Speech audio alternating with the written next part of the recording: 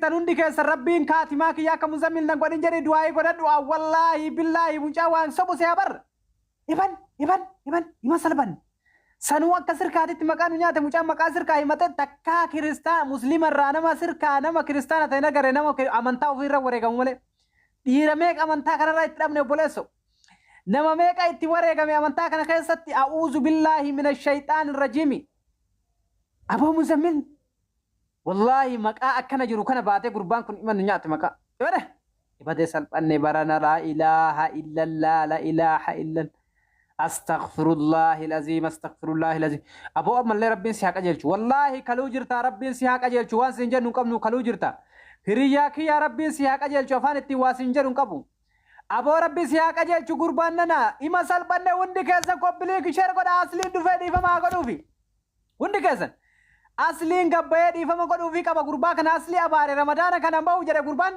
wallahi akkuma inni jedhe ta'e gurbaan a'uuzu billahi minash shaytaanir rajiim asliin gabbaheetiniin gurra lamaan qabatee laayibii irra dhaqeetiniin rabbiin kadhatee fi akkuma rabbitti ol kenna jedhe rabbiin dhiisi jajjeen dhiifama gaafachiisuu qaba a'uuzu billahi minash shaytaanir rajiim aadaan jirre waan hin taane nu keessan bahe antak godhaa jedhu gaa mucaanii already akka seera amantaa jiraattis amantaa keessaa baheera jedhamuun danda'a viidiyoon deddeemaa jiru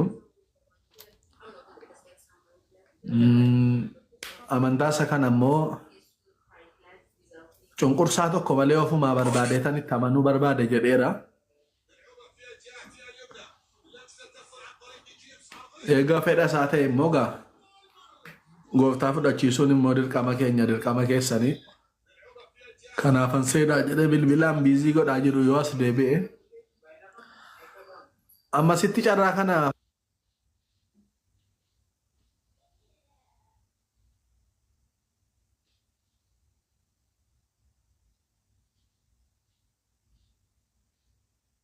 wajji qabnu natti bilbilina waan ta'e garaan diinaa akkamitti gubatan isaa muzammil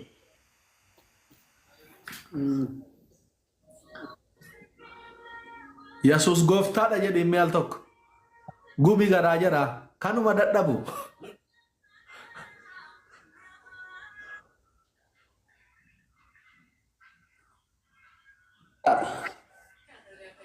sagaleen koo jira muzammil bilbilannatti bilbilamaa jira waan ta'eef xiqqoo sagaleen jeeqamaa jira naf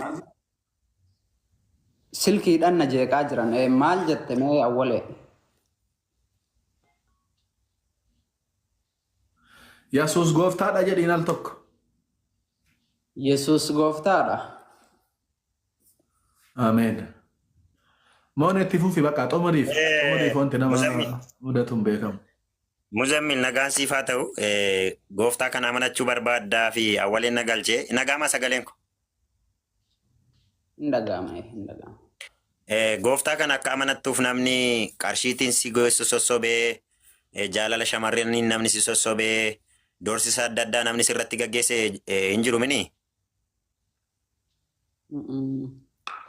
jaaladheeti fedha kiyyaan jaalattee ofii kee amanattee karaan kun dhugaadha jireenya jettee amantee gooftaa kana amanachuu dhufte. Yaa. Okay, amma yeroo keenya hin gubnu amma guyyaan fayyinaa jedha caafanni kallattumaani waan ani jedhu na wajjin jettaa sagaleen kun sirriitti jiramni si bira. Yaa sagaleen kee hin jira. Wajjin hin dhufu awwale. Deemuu osoo hin tahiniddi iyyoon dubbiidha.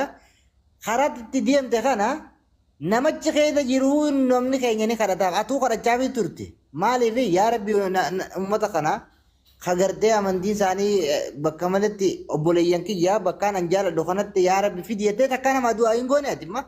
Saayiba kiristaanaan qabdu. Amma fakkeenya yoo kaafne singitan mucaan akkaan jaaladhu singitan ka mucaa xiqqaa walaloo fa'aa wanni fa'aa daddaraaroo fa'aa sirbuun yoo beeyta nama amantii muslimaan ta'in keessaa nama mucaa sanii jaaladhu hin qabu. Ittiin dubbadhu malee in kadhaaf yaa Rabbi mucaa amantii ati waan jaalattu tokko namaan jaalattaa beeki. akkasi kanaaf uummanni ilaala amma waan inni jiru akka nama tokko itti ilaalu shirkaayaa amma maal jedha beeta amma maal jedhaa buleeda beeta ganama kana fa'a amma shooddee shirkaa fa'a usmee fa'a maammee fa'a hafuura qulqulluu fa'a amma laala muzammil kiyya wanni tun si qofaan wallahi sabboon hamaa si fakkaate beeyta osoo wanni muzammilitti deeme kun yookaan biyyarraa biyya jijjiiratu taate hanqaata wajjin tare osoo inni suudirraa Dubaay hin galee qaata wajji tare osoo inni Itoophiyaa baaraan galee qaata wajji tara garuu amantii taate maal godhare wallahi dhuguma laa amantiin jalaal ummata kiyya faamilii tiyya dhageeffadha warri ajjala jettan namni kun sadiin kun mucaan kun amma amantii tana jibbeetii miti amantii san barateetii miti katti dhaqilaala wanni isin beekuu qabdanii mucaan kun amantaa san silaa barate jalqaba irratti amantaa tana barumsa barbaaddi bakka takka dhaquudhaaf yookaan waan takkatti dhaquudhaaf waan san barbaaddi jira keenya akkuma gaaf tokko ane mucaa kanaa wajji mucaa kana taakka jee hangaatu xiqqoo malee dhiyoo tana asirra jirtu sani maama bayaanis murtii guutoos ummatuma kanaatutu gara biraatitti isaan ol wallahi kunoo muzammil sobaa jiru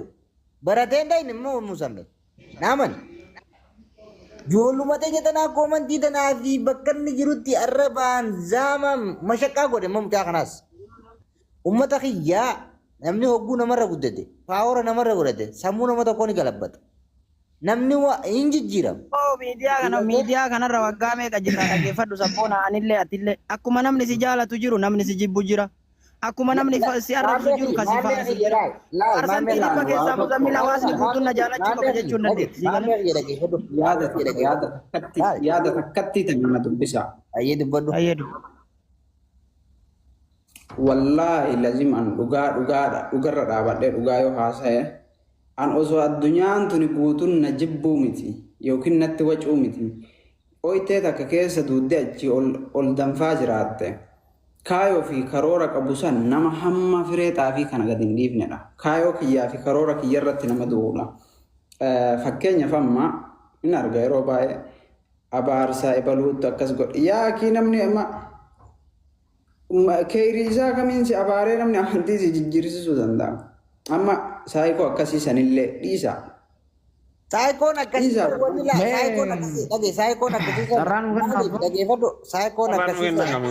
Saayikoon akkasiisanii waan wanti ajandaan keessa walirra dhufeef uummanni majjaana ol hidhata. Si galtee ati san keessa hin jiraatin. Maaliif saayikoon amma deengadda sii fi asliin xiqqoo waliin buutan saniin amma ati osoon turii waan kana garachii deemteef maal godhan uummanni waa'uma dubbisan itti fakkaata. Maaliif majjaana kanarra laalinati dhiisi. Amma muzammil kiyya wanni si gaafadhu amantii san baratteeti. Amantiin tun amantii muslimaatirra wayyaadha itti amantii moo kanumatti ni jiraame awwalee san taate. Ummata jaalala itti agarsiisaa koppiliinkii kana kuma galchaa nama kuma sadiin jirtani maali ka tayyibu yoo warri muslimaa dhiise warri kiristaanaatu malee itanayyi. Koppiliinkii amma gara lachuttuu nuti amma gara lamaaniyyuu nama nagaatu. Lala, muzammil kiyya si jaalanna hawaasni kee kun si jaalataati rabbi si haa deebisu habiibi makka jirta.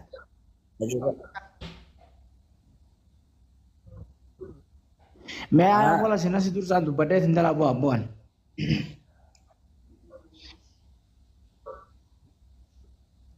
Dubbadha okee eeyyee dubbadha shi. Naga dubbadha.